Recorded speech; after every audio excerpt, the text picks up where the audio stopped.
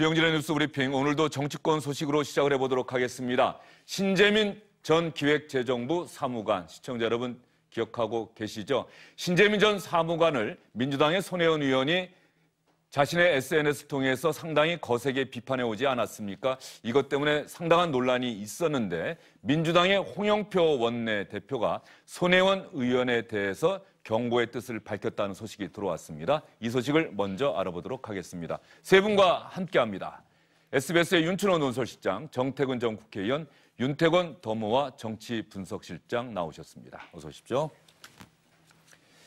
윤춘호 실장이 먼저 홍영표 원내대표가 손혜원 의원을 경고했다. 어떻게 경고한 겁니까? 그 내용과 관련해서 이제 첫 보도를 한 게 한겨레 신문이에요.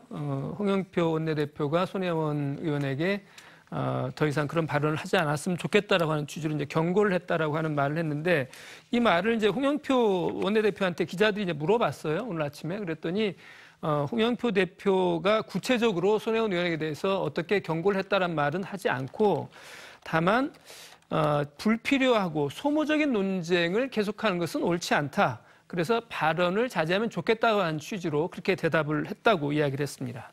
신재민 전 사무관과 관련한 언급을 자제해달라, 이렇게 이야기를 했다는 거죠. 정태근 의원은 어떻게 보세요?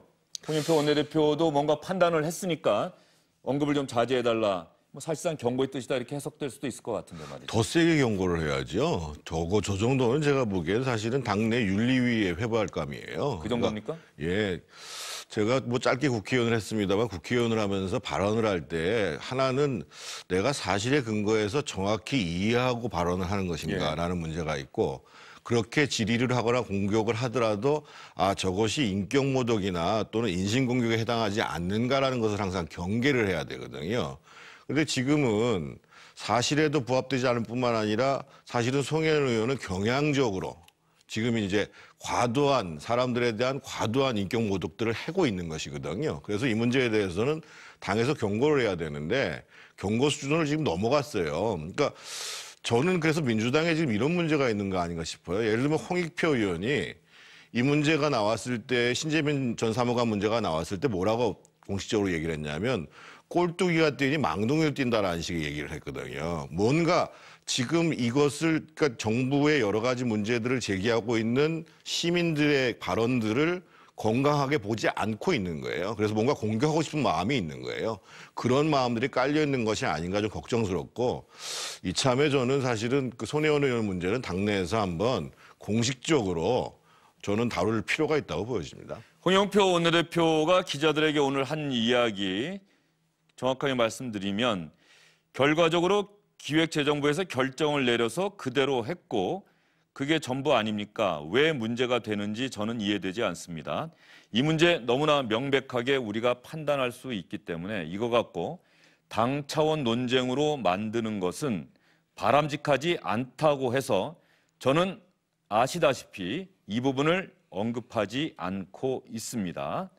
기재위 상임위 소집은 기재위 간사가 소집하는 게 맞다고 판단합니다. 기재위 상임위 소집, 이것은 야당들이 요구하고 있는데 나한테 물어보지 말고 기재위 간사에게 물어보라는 뜻이고, 바람직하지 않다, 당 차원의 논쟁으로 만드는 건 바람직하지 않다.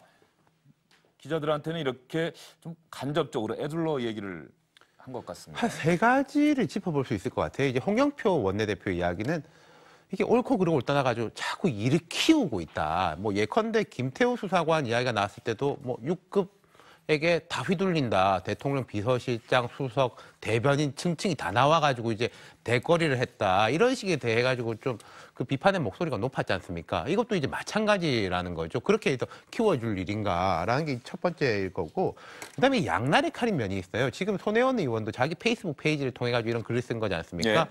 아까 이제 우리 방송 시작하기 전에 알릴레오 요 열풍도 소개해 주셨지만은 SNS에서 민주당이 얼마 전에 다음 공천 때는 유튜브 활동이라든지 이런 것도 포함시켜서 점수를 넣겠다라고 했어요. 그럼 의원들 입장에서는 이게 뭐 바이백이 어떻고 저떻고 이런 이야기를 하면은 호응도도 낮고 말이 어려운데 뭔가 좀 사이다 혹은 뭐 자극적인 발언을 통해서 지명도를 높이고 자기의 주목도를 높이고 싶은 마음은 계속 생기는 거거든요. 또 손혜원 의원은 그런 쪽으로 좀 특화된 사람이고, 그러다 보니까 이런 일이 생기는 건데, 자제하라는 거하고 SNS 활동 활발히 하라는 거하고는 어디선가 부딪힐 수밖에 없게 돼 있는 거. 그리고 세 번째로 짚어볼 것은 이 일이 왜 커지느냐. 저는 이제 뭐 홍영표 원내대표 말 자체는 맞다고 생각합니다. 청와대에서 기재부에다 의견을 개진하고 결국 정책을 조율할 수 있죠. 그게 왜 문제겠습니까? 그런데 적폐청산 그 수사 과정에서 보면은 직권남용이라든지 권리행사 방해로 기소된 사례들이 매우 많았었거든요. 근데 그 부분은 조금 주관적일 수 있는 부분이거든요. 야당이 지금 걸고 있는 프레임이 바로 그거 아니겠습니까? 이런 데서 또 부딪히는 거죠. 예. 손혜원 의원이 그렇다고 한다면 자신의 SNS를 통해서 신재민 전 사무관에 대해서 어떤 이야기를 했는지 지난주에도 전에는 드렸습니다만 한번 정리할 필요가 있어 보여요. 윤춘호 시장. 예, 이제 처음 이야기라는 게 지금 이제 화면에 곧 나오겠습니다만은 10년 만에 원하던 행정직 공무원이 됐으니까 좀 시공부 기간이 길다, 머리가 나쁘다라고 하는 이런 취지로 이야기를 했고요. 그다음에 또 가증스럽다라고 하는 그런 표현까지 썼어요. 근데 저 말이 이제 좀 논란이 되는 사이에 이제 신재민 전 사무관이 이제 자살 기도를 하는 그런 불행한 일이 있었죠. 그러니까 이제 그때 글을 내렸습니다. 글을 내렸는데 글을 내리는 이유를 또 이제 또 설명을 했는데 그 말도 또 이제 논란이 됐던 거죠. 자기 말을 감당할 만한 그런 강단이 없는 사람이라서 더 이상 거론할 필요를 느끼지 않는다. 그러니까 거론할 가치가 없는 사람이다라고 읽힐 수 있는 그런 취지로 어떻게 보면 일각에서는 공익 제보자라고 인정해야 된다고 하는 사람에 대해서 비아냥거리는 투로 이야기를 했단 말이에요. 예. 그러고 나서 이제 그만했으면 그나마 나았을 텐데 그제는 이제 한 역사학자의 글을 인용해서 글을 이제 공유를 했는데 역사학자의 글 내용이 양아치 짓이다라고 신재민 전 사무관의 이제 폭로를 그렇게 폄하했단 말이죠. 이 말이 과연 적절한 거냐라고 하는 논란이 일면서 급기야 원내대표가 뭐 비공개적으로 하긴 했습니다만은 경고를 하는 그런 상황까지 이르는 거죠. 역사학자가 전우용 선생이라고 하면서 자신의 SNS에 그 글을 여러 차례 인용을 했고 또 기자들을 향해서 기자들이 자신의 SNS를 자주 보고 기사를 쓰고 있는데 내가 이런 글을 공유해서 올리면은 원래 원글까지도 읽어봐야 되는 것 아니냐. 뭐 기자들에 대해서 조금 섭섭하고 비판적인 생각도 밝혔는데 일단 전우용 선생 사학자라고 지금 말씀해 주셨는데 이분의 글에 대해서 손혜원 의원이 공감하니까 자신의 생각을 굽히지 않겠다는 거는 분명히 한 것 아니겠어요? 그렇죠. 예. 예. 그리고 지금 보면은 지난 연말부터 나왔던 이야기가 이제 20대 남성들의 이 지지율이 점점 떨어지고 있다. 여권에 대해서 이게 좀 문제의식이 심각하게 갖고 있는 거로 알려지고 있는데 이런 게 이제 뭐 불에다 기름을 붓는 거죠. 그리고 이 사실관계도 이상한 게요. 이게 신재민 전 사무관 저도 좀 찾아보니까 2004년에 대학에 입학을 해가지고 2014년에 이제 사무관으로 임용이 됐더라고요. 근데 뭐 대학 입학해서부터 공부를 시작했는지는 모르겠지만은 중간에 군대도 갔다 오고 2012년에 합격을 했어요. 고시에. 신재민 전 사무관이 기자회견에서 그렇게 얘기했죠. 네. 4년을 고시 공부했고 그러니까. 4년을 기재부에서 일했다. 민주당 의원들 몇 명하고 이야기해 보니까 우리 당에도 저 사람보다 공부 훨씬 오래 한 사람들 많은데 그런 이야기까지 하더라고요. 이런 예. 이야기가 이 사람에 대해서 전형적으로 메시지가 아니라 메신저를 공격하는 거지 않습니까? 그리고 지금 뭐 고시생들이라든지 20대, 30대 초반에 이제 젊은 남성들이 이렇게 되면은 신재민 그 전 사무관에 대해서 자기를 동일시하고 손혜원 의원 같은 사람은 이제 반대편으로 이제 프레이밍하게 되는 건데 뭐 좋을 게 하나도 없는 거죠. 손혜원 의원은 그럼에도 불구하고 신재민 전 사무관을 바라보는 자신의 관점을 결코 포기할 생각은 없어 보여요. 오늘도 어제도 그런 관련 내용의 글을 공유해서 올렸고 양아치 짓이라고 하는 표현이 담긴 글을 그대로 퍼서 올렸다. 손혜원 의원은 왜 이런 논란에도 불구하고 이러한 자신의 생각을 굽히지 않고 계속해서 공개를 하는 걸까요? 자기 지지자들이 좋아하기 때문에 그렇죠. 손혜원 의원 개인 지지자를 얘기합니까? 문재인 대통령 지지자를 얘기합니까? 민주당 지지자를 계층이라고 얘기합니까? 예. 지지층이라고 봐야죠. 그리고 지금 자꾸만 사실은 신재민 사무관이 이 정책이 결정되는 프로세스를 잘 모르고 했다고 얘기를 하는데요. 저도 뭐 시에서 잠깐 일해봤습니다만 예를 들면 5급 사무관이 전체 과정들을 다 알 수는 없어도 실제로 그 당시에 있었던 일에 대해서 자기가 부당하다고 판단할 수 있는 근거는 분명히 있는 것이거든요. 오히려 지금 김동연 부총리나 기재부에서 명료한 해명을 하고 있지 않은 겁니다. 예를 들면 국고채를 조기 상환할 때 갑자기 취소했는데 왜 취소했다라고 얘기를 하고 있지 않은 거예요. 예를 들면 KTNG의 지금 인사개입 문제와 관련해서도 실제 행위가 이루어진 거에 대해서 정확히 해명하고 있지 않아요. 그러면 무조건 신재민 사무관이 문제가 있다고 얘기하는 것이 아니라 과연 국고채 상환, 조기 상환과 관련해서 과연 어떤 일이 있었는지에 대해서 제대로 정리를 해 나가야 되거든요. 그래서 사실은 상임위를 하자는 건데 저는 제가 파악하는 수준으로 봐서도 자유한국당에서 그것을 충분히 파악할 수 있어요. 하는데 그것을 지금 제대로 못하고 있기 때문에 마치 뭐 신재민 사무관은 잘 모르고 얘기하고 있고 이것이 이제 실제 내용과 관련돼서 논쟁이 안 벌어지니까 바깥에서 지금 특히 손혜원 의원 같은 분들이 얘기하는 것이 사실상 인신 모욕에 가까운 공격으로 얘기가 지금 전환돼 버린 거죠, 사실은. 그래서 저는 여당도 그렇습니다. 기재부를 옹호할 이유가 없습니다. 청와대가 개입했는지 여부는 별개로 하고 그것이 실제로 압력이었는지 협의였는지는 별개로 하고 과연 기재부에서 왜 이렇게 잘못된 정책이 진행됐는지 KTNG 건도 마찬가지고 그 문건이 공영컴퓨터에 6개월 이상 방치됐던 것도 그렇고 지난번에 세수결손이 4조 원 이상 벌어지는 예산안을 제출한 것도 그렇고 이 문제를 기재위를 열어서 따져야지 왜 따지지를 않느냐 말이에요. 근데 저는 국정을 운영하는 거기에 책임을 공유하고 있는 여당조차도 기재부의 이런 문제에 대해서는 명료하게 따져서 바로 잡고 가야 나중에 문제가 안 생긴다는 거예요. 옹호할 문제가 아니라는 겁니다. 전반적으로 오늘 다들 논조를 그렇게 말씀해 주셔서 민주당 입장은 분명히 나오지 않았습니까? 기재부에서 이미 다 해명했고 기재부에서 해명한 거 그 이상도 그 이하도 아니다. 기재위를 열고 안 여는 거 지금 그 부분에 대해서는 비판적인 입장을 말씀해 주셨는데 민주당 입장도 좀 말씀을 해드려야 될 것 같아서 민주당은 지금 상황에서 기재위를 굳이 열자는 건 정치 공세다. 이미 다 나왔다라고 하는 것 아니냐. 제가 한 말씀만 하면요. 기재부나 김동연 전 부총리나 홍남기 실장이 얘기하는 것이 홍남기 경제부총리 얘기한 구체적인 팩트에 관해서 해명한 게 한 개도 없습니다. 한 개도. 제가 단언해서 말씀드리는데 그거는 지금 자유한국당이 제대로 얘기를 못 짓고 있기 때문에 벌어지는 문제이고 아마 그런 입장에서 보면 신재민 사무관은 너무 억울할 것 같아요. 자신이 얘기한 문제에 대해서 조금만 확인하면 예를 들면 국고채를 조기 상환하는 문제가 알겠습니다. 그 부분 짧게 얘기해 주세요. 왜냐하면 이야기가 너무 오랫동안 얘기됐기 때문에 그 말씀을 계속 하시면 제가 요약해서 말씀을 드리면 이미 조기 상환 계획을 발표를 했고 9월 달에도 10월 달에도 계속 해오고 있는 과정인데 갑자기 취소된 거거든요. 그러면 국고국을 책임지고 있는 담당자들 입장에서 보면 당연히 문제를 제기하는 겁니다. 이 과정에 대해서 솔직히 무슨 문제가 있어서 취소했는지에 대해서 밝혀야 되는 거예요. 그런데도 불구하고 거기에 대해서는 정책 결정 과정이라는 말 한마디로 아무 얘기를 안 하고 있는 겁니다. 예, 알겠습니다.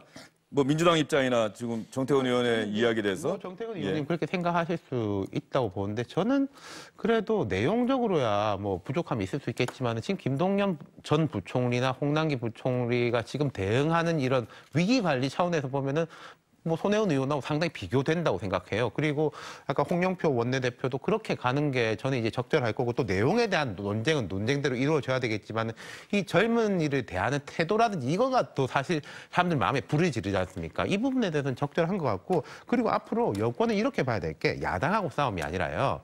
이런 일은 많이 발생할 수 있습니다. 앞으로 더더욱. 그렇죠. 왜냐하면요. 제가 뭔가 폭로하고 싶을 때 그럼 내가 만약에 폭로를 했을 때 효과가 클 것인가 점점점 커질 수 있습니다. 작은 그 사회적 지위가 낮은 사람이라 할지라도요. 그리고 뭐 큰 언론이라든지 이런 스피커를 확보할 수 있을 것인가 유튜브라든지 페이스북이라든지 이런 스피커는 점점 확보하기가 쉬워집니다. 세 번째로는 기회비용이죠. 반대급부로서 사회적 탄압이라든지 이런 걸 받을 것인가. 이것은 그 적폐청산과 과거 공익 제보자에 대한 여권의 태도가 있었기 때문에 내로남불이라는 비판은 받지만은 과거보다는 반대급부가 낮아질 수밖에 없거든요. 효과는 커지고 비용은 낮아진다고 하면 이런 일은 자주 발생할 수 있는 거죠. 어떤 면에서 보면은 지금 그 말씀 듣다 보니까는 우리 정치권이 어떤 현안, 누군가로부터 폭로가 나온다거나 주장이 나오면은 이걸 전부 검찰에다가 수사기관에 맡기는 고소고발 말이죠. 저는 이거는 조금 앞으로 대한민국 정치 발전을 위해서 왜 정치권 스스로 그것의 사실관계를 국민들한테 스스로가 확인을 해서 보여줄 능력이 안 되느냐? 왜 다 검찰로 넘기느냐? 저는 이 부분에 좀 문제의식을 갖고 있어요. 맞습니다. 저도 아주 거기에 공감하는 건데요. 신재민 전 사무관이 주장한 내용이 맞는지 안 맞는지를 아까 정태근 전 의원 말씀하신 것처럼 거기서 그런 단계로 검증을 할 필요가 있어요. 그런데 이 문제의 본질은 뭐였냐면 신재민이라고 하는 젊은 공직자 출신의 한 청년이 자신이 뭔가 굉장히 억울하고 부당하다고 생각하는 게 있어서 그걸 이야기를 한 거예요.